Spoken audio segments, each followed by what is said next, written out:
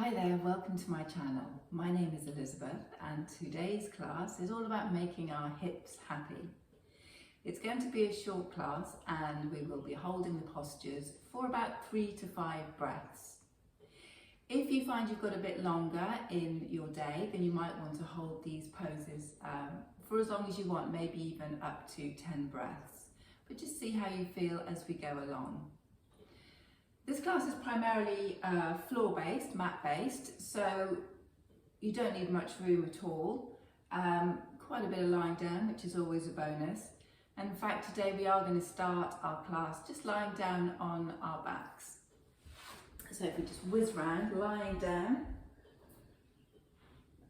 And we're going to keep the knees bent. This is an active rest posture. So if we take the feet mat distance apart and just let the knees drop into center so they're touching one another. So the body is fully supported on the mat and then one leg is supported against the other leg. And this just helps us relax, focus on our breath at the start of our class today. You can close the eyes if you want to. And as we draw the breath in through the nose, just feeling that belly expand. And as we exhale again through the nose, feeling the belly button return back towards the spine. So as I say, it is quite a short class today, so you can fit it into any part of your day, first thing in the morning, maybe a stretch after work of the evening, or even before you go to bed, just loosening into our hips, working on the flexibility, the range of motion. So if we just take another couple of breaths, just in our lying down position, just to settle ourselves onto our mat today, whatever time of day that may be. And then from here, we're just going to heel toe our feet in together. So our knees are touching and our ankles are touching. And then begin to extend and lengthen that left leg. So just straighten that left leg out on the mat. Turning our toes up to facing the ceiling, and then with our right leg, drawing our right leg in towards the chest. So just interlacing the fingers around the front of the leg, maybe circling the ankle and the foot on the right hand side. Keeping the shoulders nice and soft on the mat, and then as we breathe in, relaxing the body, and as we exhale, gently drawing that right knee in towards the chest. And repeating that movement, so we breathe in, notice the space that we have in the body, and as we exhale, moving that knee in towards the space. We're not forcing it, we're allowing the breath to guide the movement here, so no sudden movements. So again, just doing this maybe 3 to 5 breaths. And then from here, let's just take that left hand down to the side, or even out if you wish.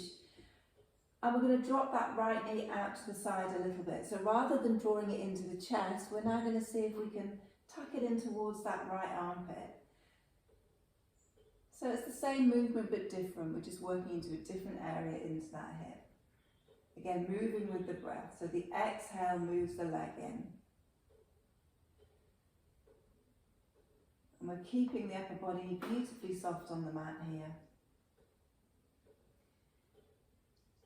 Drawing that knee back to centre, taking our left hand now and just dropping it over onto the outside edge of that right knee and just encouraging that right leg all the way over towards the floor. Again, don't push the knee down, let the breath and gravity do their work to see if that leg wants to drop a little further down to the floor, and if it doesn't, then we just stay where we are, trying to keep some softness through the body, not holding on to that tension and gripping these muscles. We want to try and relax into these postures as we just hold them for a couple more breaths here.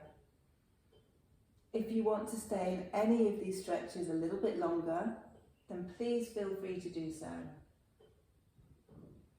You can always pause me and come back. Okay, let's take that all the way back to centre and extend our right leg to the floor. Drawing our left knee in towards us now. So the same thing, turning the toes of the right foot up to face the ceiling, so we're pushing the heel away. Relaxing the shoulders as we breathe in, as we exhale, just drawing that left knee in towards the chest. And we do that 3 to 5 times. We breathe in and we breathe out, draw the knee in. Circle the ankle if you want to. Ankle or foot? Would you say you're circling the foot or the ankle? You're making circles. One more breath here. And then just dropping that right hand down to the floor, we draw the left knee out to the side. It's not going to come too far. We want to try and keep that right hip bone facing up towards the ceiling. And then as we breathe in, the left knee comes up. We swap the hands over, so take that right hand onto the outside of the leg and just draw over towards the right hand side. You might feel a difference between one side and the other. We always have more movement, more flexibility on our right hand side, our left hand side. So don't try and do exactly the same movement for both sides if you know that one side doesn't feel the same. Okay, let's bring it all the way back up, creaking a little bit this morning. Take both knees in, hug them into the chest, give your spine a little massage on your mat here. Maybe making some small circles. And we're going to roll ourselves all the way up to seated. Now you can just turn onto your side and bring yourself up, or maybe cross your legs over at the ankles, take a hold of your feet and bring yourself up. Oh, that was a little bit of a slow roll this morning, and that's okay. So we're going to come over onto all fours with our wrists underneath our shoulders, knees underneath the hips. And rather than coming into any cat-cow, we're just going to tuck the toes underneath us and push the bottom back towards the heels. We're going to come into a variation of a child's pose, but extending our leg out to the side. So if we take our left leg out to the side, as it's the one facing the camera, return the bottom back towards that right heel, and you get this really nice stretch down the inside of that left leg. I say really nice. I think that is probably open to interpretation. Now, if this feels uncomfortable, walk your hands up a little bit so that you're more upright. Or if you feel you would like a greater stretch, then we walk ourselves forward, maybe coming down to the forearms, maybe even resting the head on the mat. And we just stay here for a couple of breaths. And with each exhale, hopefully the body relaxes into these postures. We can feel the muscles beginning to soften, maybe lengthen a little bit. Coming back up and returning ourselves onto all fours. We come onto the opposite side, so the right leg comes out to the side. Tuck the toes of the left foot, sit the bottom back towards the heel. Now you can't really see my leg out to the side there, can you? Let me just scoop myself around off my mat so that you can see what's going on. Okay, so the leg comes out to the side, and again, just as I said previously, one side might feel completely different to the other. You might be able to lower down onto those forearms, or you might just want to stay up where we are, keeping length through the spine, length through the extended leg that's out to the side here. Just taking one more breath and returning ourselves back into our all fours position. So as we take a breath in, let's just drop the belly towards the earth, draw the shoulders back and down, coming into our cow. And as we exhale, again bringing that movement from the tailbone rounding the back into our cat pose. Tuck our toes underneath us, and from our cat pose moving into downward facing dog. So just lifting those hips, sending them up and backwards, keeping the hands where they are, just moving the feet into a position that feels comfortable.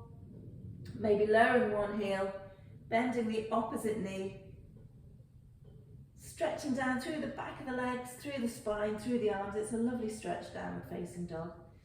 We're not staying here long, we're just using it as a way of moving between our postures. Let's take our left leg up towards the ceiling. Let's lead with the heel, bend the knee, opening out the hip. And if you want to, turning to look under your left arm. I'm just wondering what my glasses are up to and hope they don't fall off. So this is a lovely little hip stretch. Again, we can circle through the ankle, foot here, returning ourselves back down into our downward facing dog. Lifting the right leg up, little bend in the knee, opening out the hip this side as we turn to look underneath that right armpit. Circling through on this side. Coming back into our downward facing dog. So we're going to start on the left side, taking that left foot back up, bend the knee in towards the nose, and we're going to drop the foot to the outside, eating my necklace, of the left hand and drop down onto that right knee. So we're going to come into our lizard pose here. Staying up on the hands and taking that right knee back as far as you feel comfortable to get the stretch down through the legs here. Now, just as we did in our previous stretch with the leg out to the side, we can stay up on the hands, or if our flexibility is feeling a little easier this morning, you might want to work your way down onto your forearms here. If you have any yoga blocks or even a shoe box, we can put that in front of us as well, just to rest the forearms on, so you're sort of in between, resting on your hands and coming all the way down to the floor. There are ways and means, always ways and means. Staying here just for another breath or two. I've been yabbering on, so we've probably done about 5 to 10 breaths already in this lizard pose. And then from lizard, we're just going to work our way through to pigeon. So we have our left foot on the outside of that left hand. I'll just take my hands away. We're now going to walk the foot over. So the left knee comes behind the left wrist. The right leg continues to lengthen out behind us as we come into pigeon pose. Now your left foot will probably be working its way in towards your centre of your body here. I don't expect that left foot to be behind the right wrist. Try and keep the hips level if you can. If you find yourself tilting over to one side, maybe get a little cushion and just prop it underneath that left hip.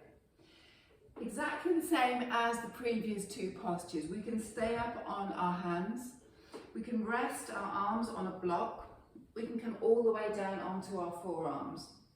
If we can, try and keep some softness through the shoulders, through the chest. Maybe just let the head fall nice and heavy in our upper body here. And thinking about this area of our bodies where hopefully we are feeling some kind of a stretch. You might even want to work your way all the way down, resting your head on your forearms. It can be quite a relaxing posture, so again, if you want to stay here for a little bit longer, then please feel free to do so. Don't force your body to make any shapes it really doesn't want to make. On our next inhale, we're going to come out of this pose. Now, I find that one of the best ways to come out is through downward facing dog. That might sound a little bit weird, but you give yourself a lovely stretch as you do it. So we come back up onto our hands, maybe tuck that right foot underneath us, and then that left foot just comes out behind, returns to the floor, maybe pedal the legs a little bit here as well. And we repeat that on the opposite side. So the right leg lifts, we draw the knee in, drop the foot to the outside of that right hand, and slide our left knee back to where feels good for us today. So on lizard, in lizard pose on the opposite side. It may feel completely different on the right hand side to the left. As a general rule of thumb, if you are right-handed, your body will move with a little more ease on your right hand side than your left, just because you use it more. That is a very general rule of thumb, and there's always exceptions that prove that rule. I'm just going to lower down onto my forearms here. I think this is feeling okay for me today. Just taking another couple of breaths. Try and keep softness through the shoulders, any tension away from the jaw here as well. And then if you're on your forearms, working our way back up onto our hands, and we take our right foot, walk it over, Right knee comes behind right wrist, and we're in pigeon pose on this side as well. So take a little look behind you, see what that leg's doing. Making sure it's shooting straight out from the hip and not at a jaunty angle. And we're in pigeon pose on the right hand side, so we stay up, or we can bring ourselves down, all the way down to the floor maybe. Have a cushion to hand in case you feel you are rocking over towards that right hand side. And just take these few breaths to really relax the muscles around the face. We tend to hold on to tension by clenching our jaw, even though we don't realise we're doing it half the time. So this is a really good opportunity just to relax, find some softness and stillness in the body. Couple more breaths in our pigeon pose. We're going to work our way back up from here. Again, please stay as long as you want to. Working our way back into downward dog if we can. So we tuck the toes of that left foot, take our right foot behind us, finding our downward facing dog. And then from here, we're going to step our feet halfway up the mat. So almost coming into a very short downward dog. The feet are about mat distance apart. And then slowly lowering ourselves down into a squat position, into Malasana, our Yogi Squat. Now I know this isn't comfortable for everyone. Your feet may not be flat to the floor. You might find it helpful to have a towel underneath your heels if that's the case.